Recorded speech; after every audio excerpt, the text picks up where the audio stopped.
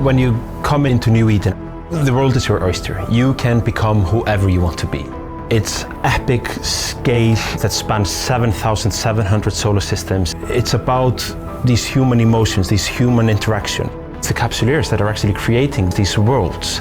And with Vanguard coming in, you have the opportunity to shape the platform that future generations will tell stories in.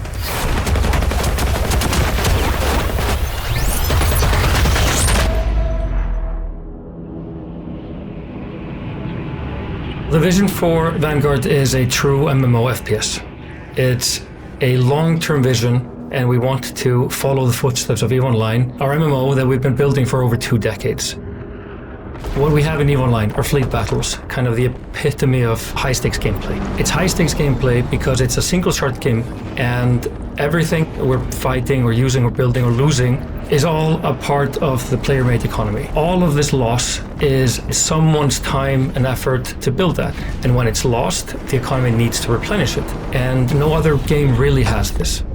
The Vanguard are the next step in clone mercenary evolution. Continuing the saga of Dustbound 4, they are an advanced but a bit prototype technology that has been invented by the Deathless, who is a major NPC and a faction on the EVE side.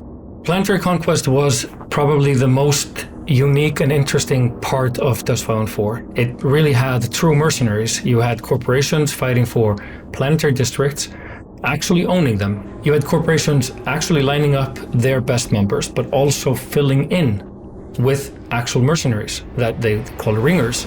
You'd call someone at the middle of the night and say, I need the best of the best to help me win this district. As a Dust player, you will get a game that is meant to be a successor to Dustbound 4. If you're a non-FPS playing EVE player, there's a lot of potential here. We're talking about adding gameplay that is deeper on the economic side and has better planning than the factional warfare advantage that we had in Dustbound 4.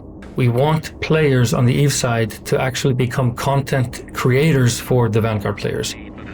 The contracts that you're doing are actually being created by other players, or the items or contraband that you're shipping off planet is actually being used by players in a grander economy. Someone is picking up that contraband and smuggling it to a different place in the space game, using it to create illegal boosters or implants. This is what a sandbox gameplay means, and this is also the unique part of EVE Online. A lot of people know about EVE and a lot of people read about EVE, but they've never kind of taken the step. They find the game maybe too scary, they find the idea of multiple solar systems a bit daunting. But with EVE Vanguard, we see this as a great opportunity for people to join New Eden in a new way and contribute to the history of tomorrow. We've managed to build a very strong foundation. We've battle tested it quite thoroughly through the play tests and the Solstice event. And now we're at the point where we need to gather all the feedback. We really need to start kind of thinking about the future and making sure that what we're building now can outlive us all. And this is where your input becomes very valuable. The broad vision is huge and it's very difficult to break that down and make that work. So we have to take small chunks at a time. So we make lots of internal prototypes, try lots of things out. Not everything makes it into the final product. We throw a lot of stuff away that just doesn't work. And we try and cover as many playstyles as possible. So we're trying to look for things that are either low skill or high skill, or low duration, long duration. And that's how we help shape our sessions. If we can cater for as many playstyles as possible, then that helps us have a broader range.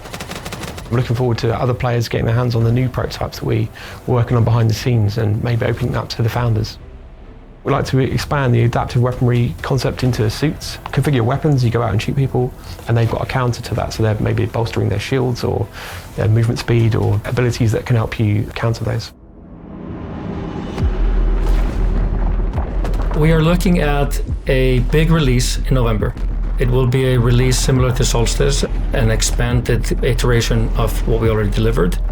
Until then, we're looking at private playtests under the Founders Access umbrella, and to be eligible for those events, you have to be a part of the Discord.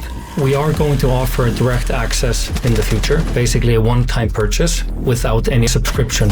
First things first, join the Discord, join the family, and I'll see you there.